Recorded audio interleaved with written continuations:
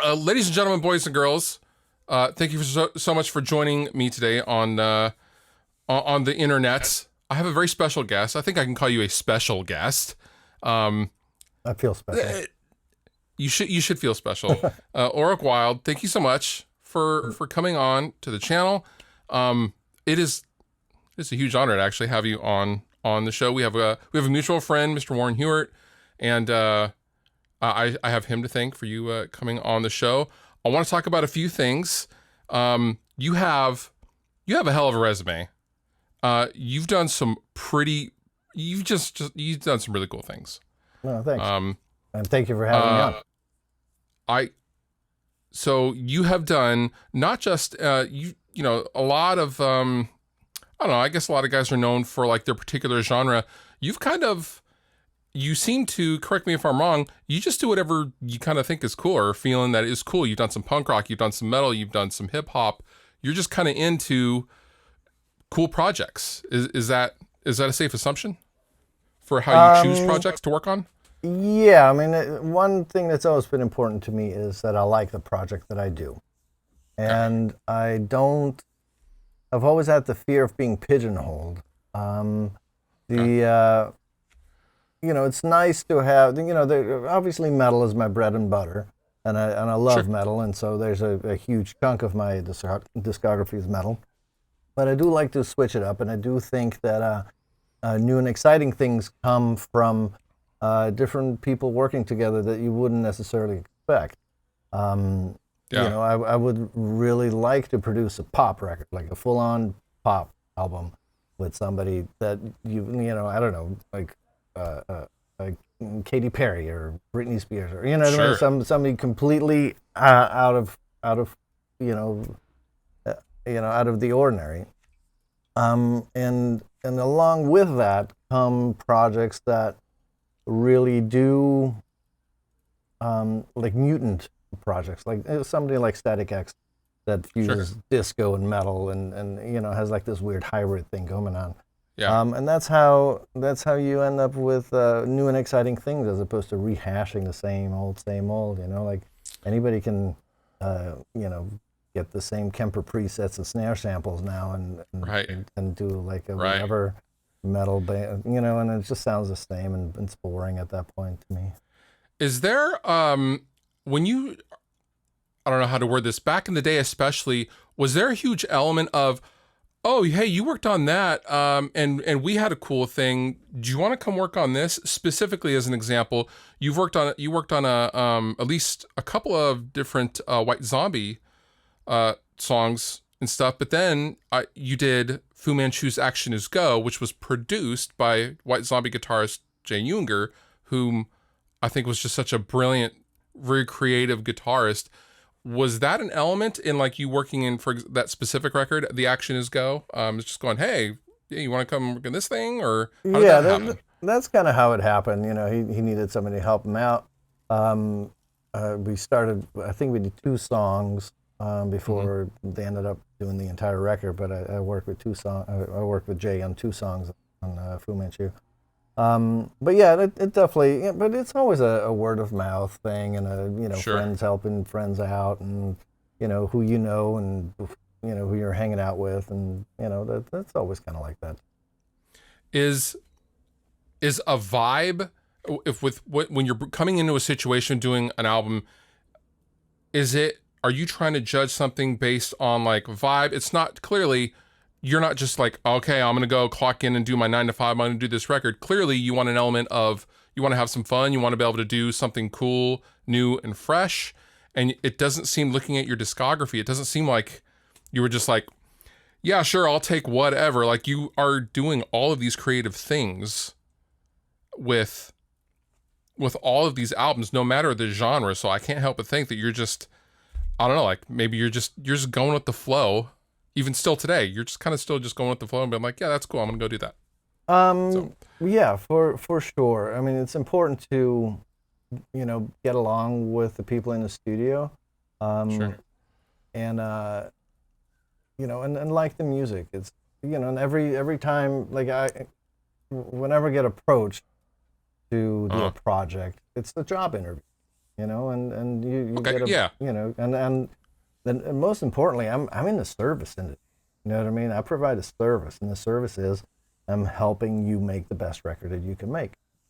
So my that's a great way to job put it. is not to be some kind of tyrant and tell people what to do, but my job is to bring the best out of people, so they can make a better record than they would have made without me. Right. And so Helping that them is actualize. there's a Yeah. lot of weird psychology stuff going on. There's a lot of um, just getting along with people and figuring out what's needed and necessary. And and every Hmm. person's different, every project's different, um, and it's important to be aware of that you're Yeah. not imposing your will on people. Like when it comes to budget and scheduling, perhaps that's a different story. But Sure. as far as musically Sure. is concerned, sometimes I'm a sounding board. Sometimes I have to come up with ideas to get them jump started, or whatever it is. Each situation is different, and I think it's important to Sure. keep that. Do you have, I don't know, maybe one of your favorite albums that you have worked on in your career? Do you have a favorite where if someone was to say, what's a good example of something that you've done, what album would that be for you? Always the last one I worked on. Really? Yeah, It's well, always you the can't last ask one. me to pick a favorite child. You know what I mean? That's not I get fair, it. Yeah, sure. But it's kind of like that. My whole idea is always I want to every time I want to make the best record I can possibly make with the band that I'm working with, and even though like oftentimes by the time you're done with a project, you're so fed up with all of it, you hate it, but you're also like the most proud of it at the same time. Right. And you're happy you're finished, you feel accomplished, like it's like, Yeah. yeah, I did better than last time. Yeah. At the same time you go like, oh man, if I have to hear these songs one more time, I'm going to kill myself. So you've been making records pre-digital, pre-MacBook in closet. Do you remember a specific record where that kind of transformation became really apparent? Like you go in and start a record with a particular band, and all of a sudden, like, okay, you're not using tape, you're gonna go full Pro Tools, you're gonna go. Do you remember specifically for you when that shift kind of happened? Kind of. The first record that we did, that was that we're getting into Pro Tools, and that was with Charlie Clouser, was Okay. was that Astro Creep 2000. We ended up filling up three Oh. tape machines full of stuff. We transferred his Pro Tools files via ADATs to our 2-inch tapes, and that was getting quite elaborate. And that was the first time the shift. It wasn't a shift yet. That was just kind of like we were excited about. Yeah, there's like some really cool Sure. technology. Didn't know anything about the technology, but we used it with Charlie's help.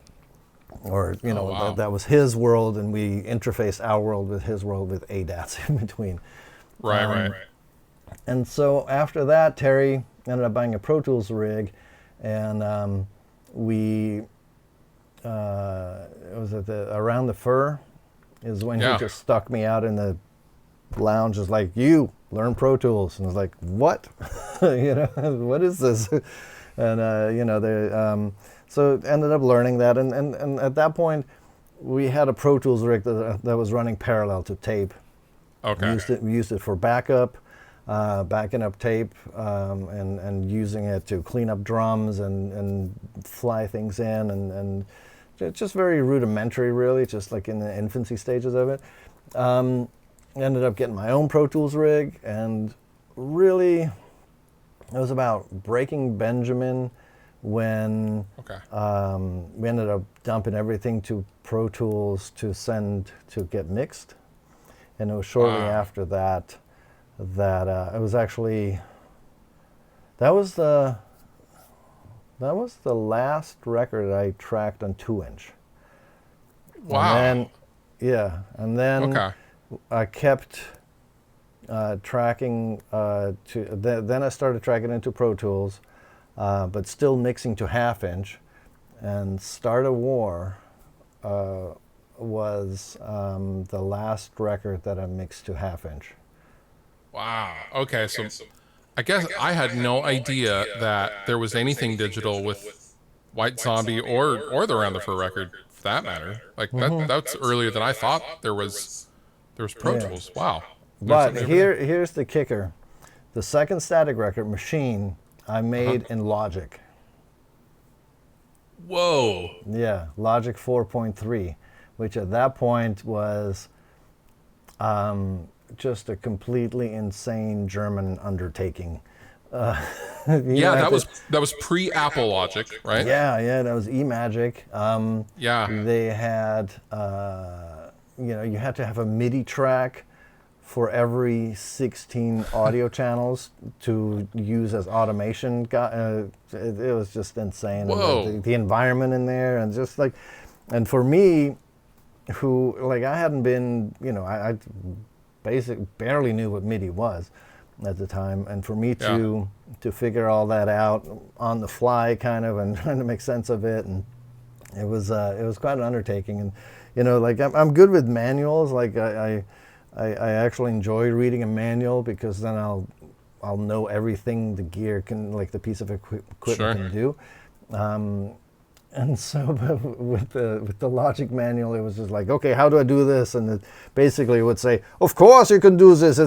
Logic is a vastly superior software to all the other softwares.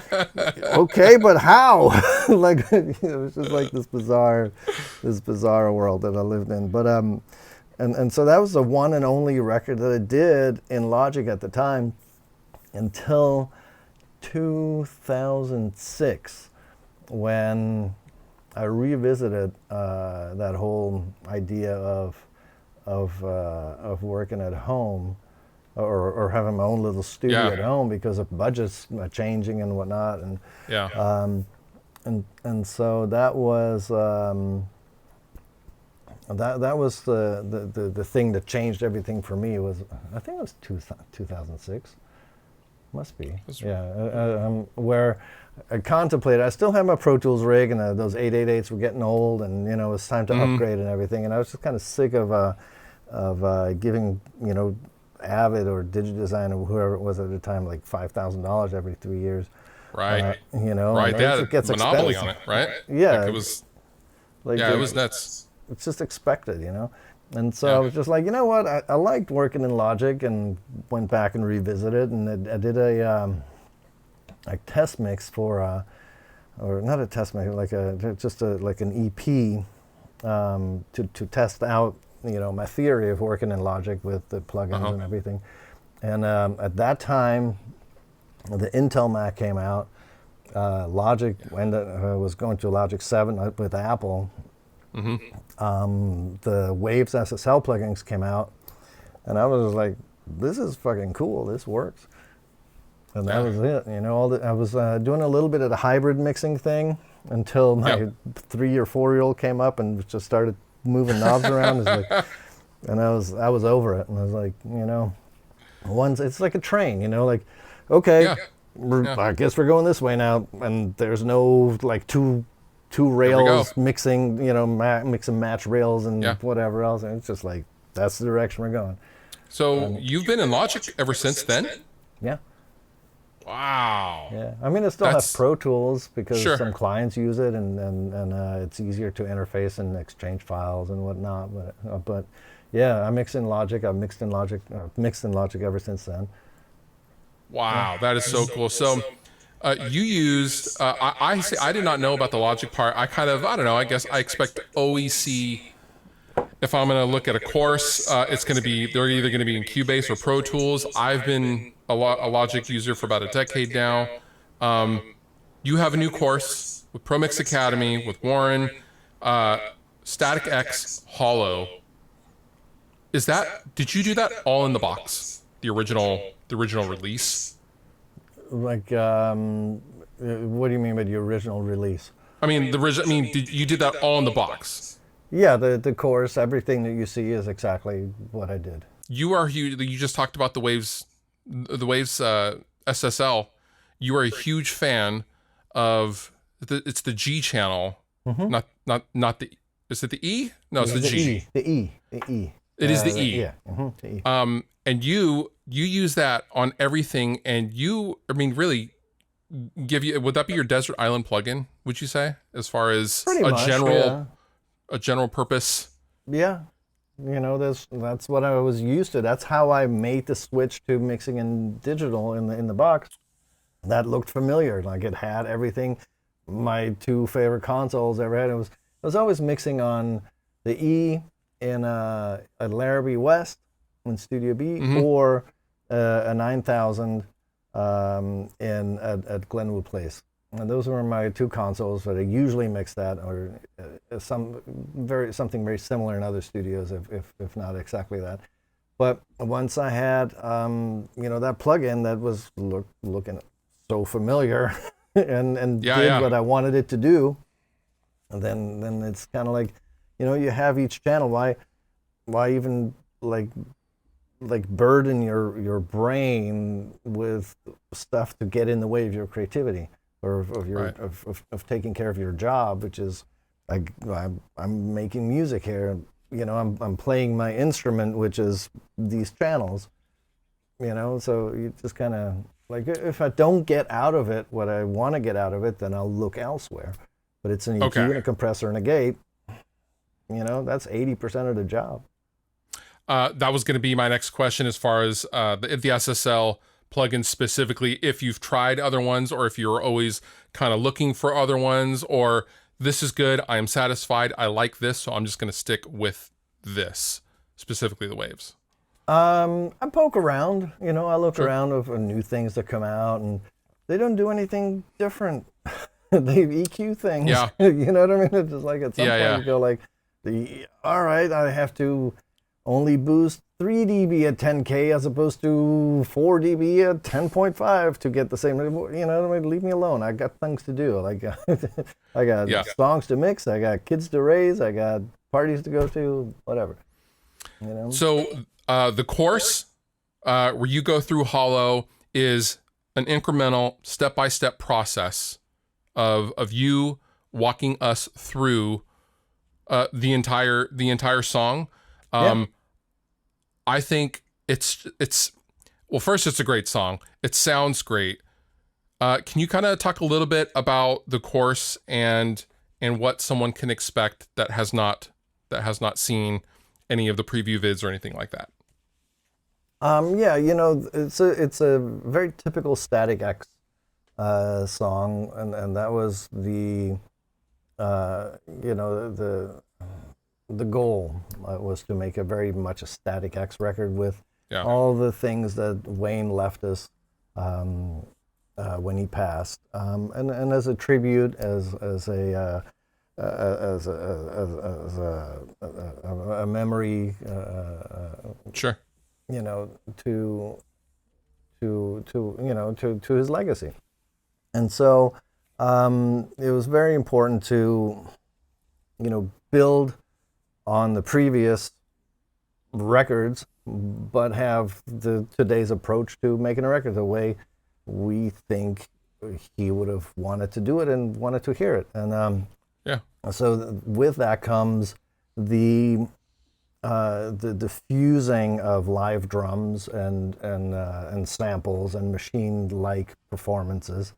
That disco element that goes along with a heavy metal band.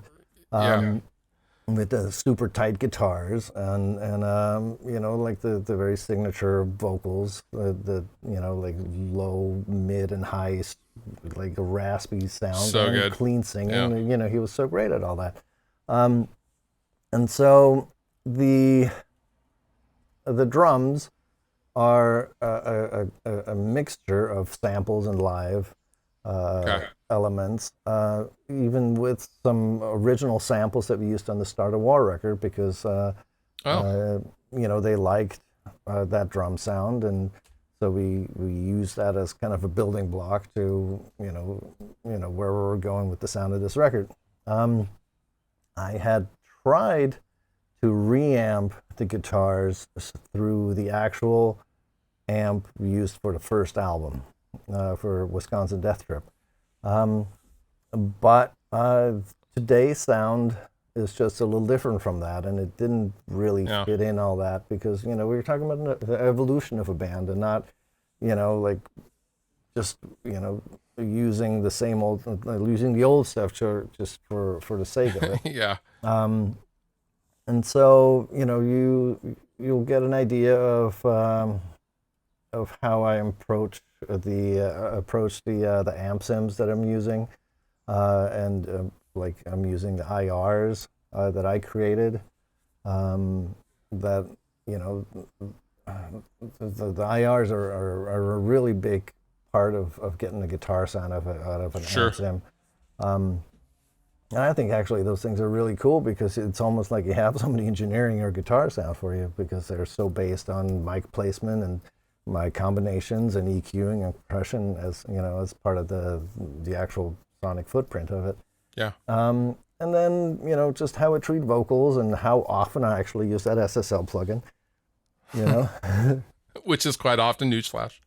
Like literally on every channel. Like it's. Love that. I used to have a template that had that in across the entire thing. It's always the second one down, so I can easily put something in beforehand. And if I cycle through the channels, it's always the SSL plugin that shows up. If I, you know, just go through them and the plugin renews its thing.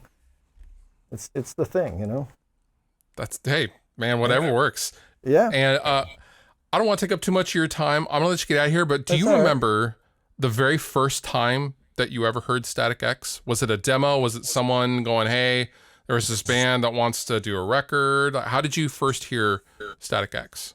Rob McDermott, their manager, sent me a demo, and I popped it in. I was just like, what the hell is this? Yes. Yeah. Yeah. If they want me, I'll want them. It was at the time when Push It came out, I was just like, I don't know how to describe it. And I had a friend refer to them as dance metal. And I thought, that's pretty accurate and that's appropriate. And it's just so damn good. It was just, there's so many combinations of things going on. I was just like, wow. I met Wendy a couple times at NAMM over the years, and he was always very cordial and nice, and people are always trying to like touch his hair and stuff like that. But, it was what a hell of a sound. Yeah, that was. It's you know, I think Evil Disco is very apropos. Yeah, there you go. Evil Disco, I love that. Yeah, that was their thing. Keep disco evil, you know, they always that sort of thing. It was always cool because in the front of the stage, you always had a mosh pit, and in the back, you had rave dancing going on. It was it was really like this cool combination, and I remember very early on walking into the Troubadour, and it was almost kind of like walking into a club in Berlin or something like that, where it was just kind of otherworldly, or it wasn't like American, or you know what I mean, whatever it was. It was just like a little off and a little different, and you're like, wow, this is really cool. And Koichi with his goggles, and you know, like Wayne with his hair, and Tony at that time with his Tasmanian devil hairdo, and all the combinations of the electronic stuff, and just the super tight palm riffy stuff, and the machine drums.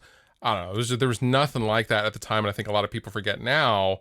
When that stuff came out, it was a bomb going off, man. Like, it was just like, and then the music video on top of that, specifically for Push It, was so complimentary to the music. I think it was just, I don't know, man. It was something really, really unique.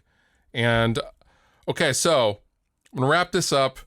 If anyone wants to watch or wants to mix themselves and follow along with you for StaticX's Hollow, they can do so down below in the description. I'm pointing to my other camera that's also filming, not my live stream camera, but my other camera. Dude, thank you so much for hanging out. Thank you so much for your time. I'm gonna let you get on with your day, and thank